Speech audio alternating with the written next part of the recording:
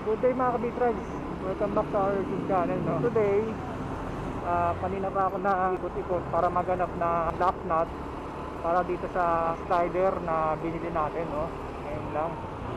Actually nakailang lugar na ako pinuntahan para lang makahanap ng lock nut, kasi itong nabili nating slider walang kasamang lock nut. Kaya ngayon lumabas ako at nagagilat ako ng pwede mabilhan o mahanapan ng lock nut.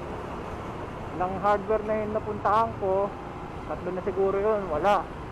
Tapos nagtry ako sa mga bike shop, tatlo rin yung pinuntahan ko, wala rin. Kaya nagpunta rin ako sa sa mga auto supply shop, sa mga bilyan ng mga parts ng sasakyan, baka sakali. Wala rin talaga, no?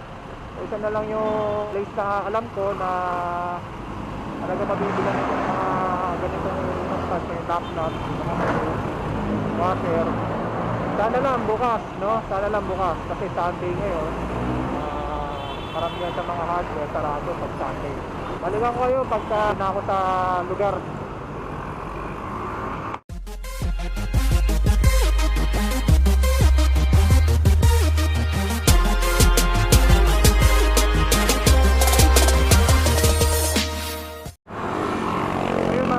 Nandito tayo sa kahabaan ng Avenue, no? Ito na lang yung place na alam ko. Hopefully may mabilan tayo ng lock nut para sa slider na binili natin, no? Ay kakabit natin dito kay Blacky Beat. Hindi ko alam kung bakit ang hirap kumanap ng lock nut nito, no? So slide na to. Hopefully may makita tayo dito. Kasi ito na lang yung alam kong place, no? Subukan natin dito. Baka may tanong tayo dito kay ate. Ate, meron kayong tindang lock nut neto?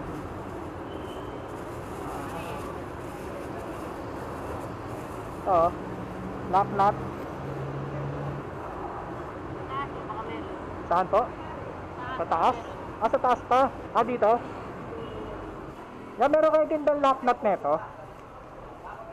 Lock nut, oo. Wala? Oh no! Salamat. Wala talaga, guys. Pang-10 na ata itong napuntahan ko, no? Wala talaga, ang hirap pumanap. Meron pa akong alam na isa, sana lang bukas. Doon ko binili yung washer nitong bar end natin, no? Itong bar end na to, doon ko binili yung washer. Sana bukas, makauwi na tayo at makikabit na natin yung slider na binili natin. Dito yun, guys, sa Tomas Mapua. Yun lang, rado. Oh no! Rado siya, no? Ay, nako. Hirap pumanap. Pero meron naman siyang harap niya, may nakabukas na hardware, no? So try na rin natin magtanong kung may busy pa siya atin kasi meron na yung dalawa sa atin. Sana meron sila tinda, no? Para makauwi na tayo. A few moments later. Matagal. Ate? Mami. Tablada si ate. Kaya pala guys, no? Kung bibili kayo ng mga mga parts sa mga screw or nut, dito lang yan sa may kahabaan ng Tomas Mapua, no? Ito makikita nyo, Tosoy, Manila H, IQ. Yan yung mga bilihan ng mga baga hardware. Kaya lang sarado sila pag Sunday, no? Not sure kung bukas sila pag Saturday, no? Dito lang yan. Okay, recto along Tomas Mapua sa Recto Avenue. A few inches later. Ate, meron kayo tindang lock nut neto?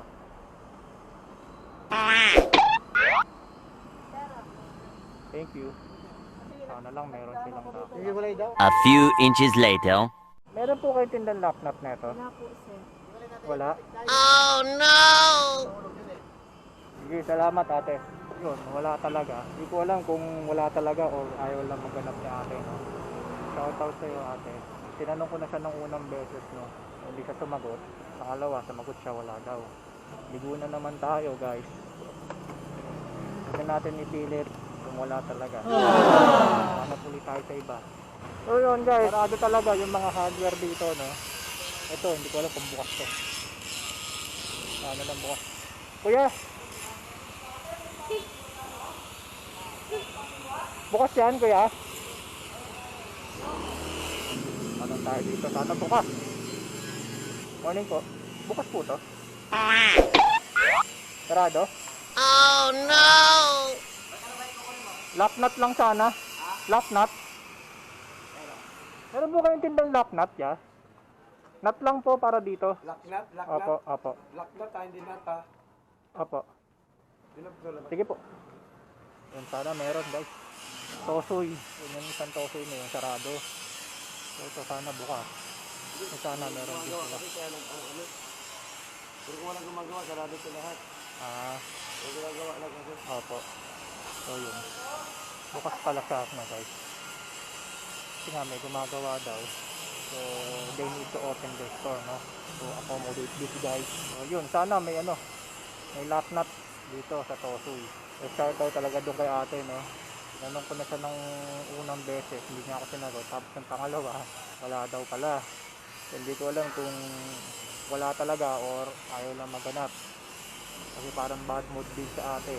Anyway, tuloy lang ang paghahanap hanggang sa makahanap tayo, no? Hopefully dito meron na. Ano po? Meron po ba? Pwede po patingin.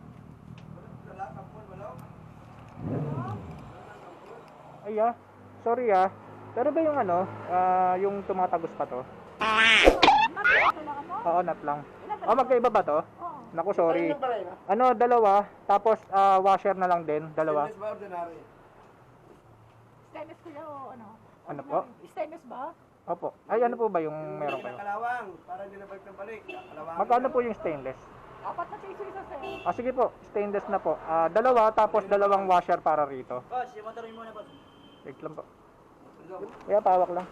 Sa kanila yun. Ay. Papasok na sasakyan.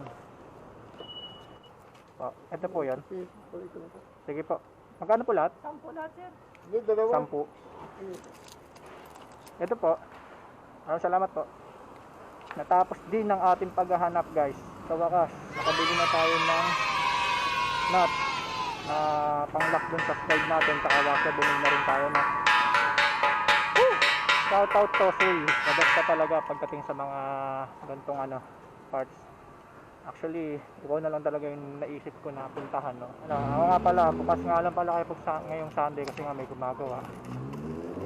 So, maraming salamat Tosoy. The best.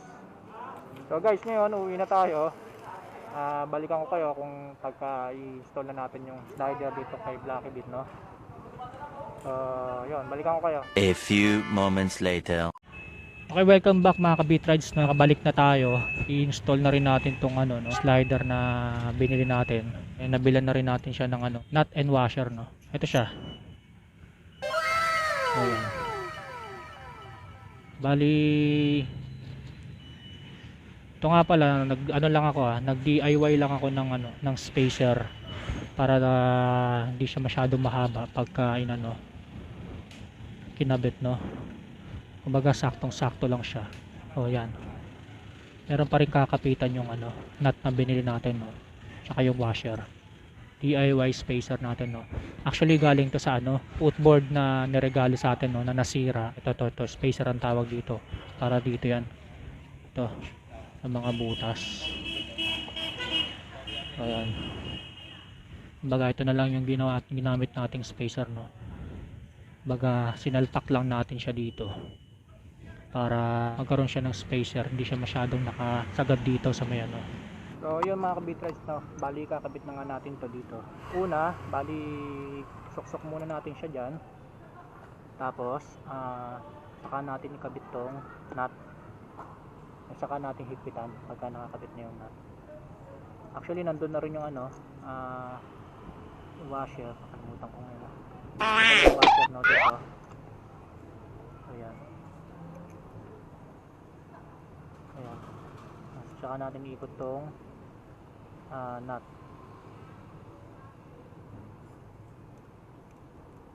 Saka natin hihigpitan, no.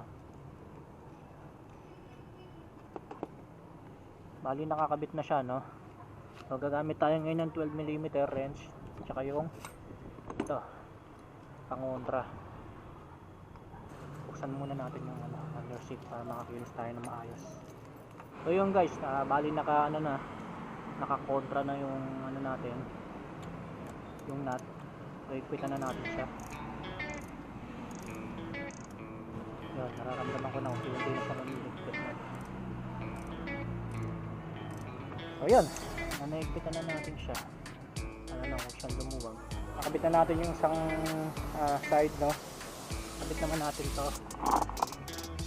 Kabit naman natin tong kabilang side. Wala, may kinakabit lang ako. Ha? May kinakabit lang ako.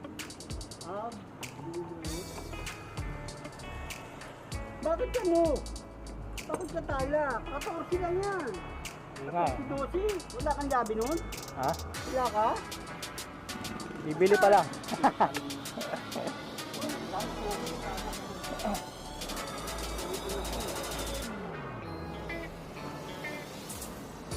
Ano hawakan para pag ano? Pag nagano ka, pag nag-slide, ito yung magpoprotekta. Pagka sumemplang ka, Parang balancer? pag sumemplang ka, Oo. Kaya mapuputol to. ha? Mapuputol. Hindi yan. Pwedeng maputol yan. Oh Ingat na lang. Ganyan din siya anak ko kasi. Ganyan slick. Anong model yan? 2019, Oo, 2020 yun. Oo, 2019 yan. 12, 14. Oo, kasi yung alam mo yung katala, ang hirap gamitin yan. Hindi, pangontra lang ba? Ayun, medyo may konting struggle nga lang tayo guys. Oh no! Pumasok ng isang nut. Walang kung bakit. So tama naman yung sinabi ni Kuya. Kailangan may isang thread tayo kasi mahirap nang gamitin itong katala. Ayun yung mga bata. Oh, yan oh. 12. 12. Shout out sa'yo Kuya. Ano yan? Yun. Hindi ka naman mabait yan. Hindi ano yan. May nag-aayos nga pala ng motor dyan. Yun, shout out kay Kuya na nagpahiram sa atin ng na wrench na 12mm. Kabit na natin ulit ito, no? So yun, may pangontra na tayo. Teka, parang may mali. Balik. Yung washer hindi natin na ilipat guys. Ay nako. Ay, take 2. Ayun. Akala parang hindi siya umihigpit.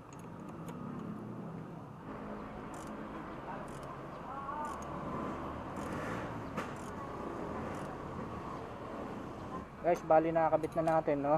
So, nagkaroon lang tayo ng konting struggle dun sa pangalawang side.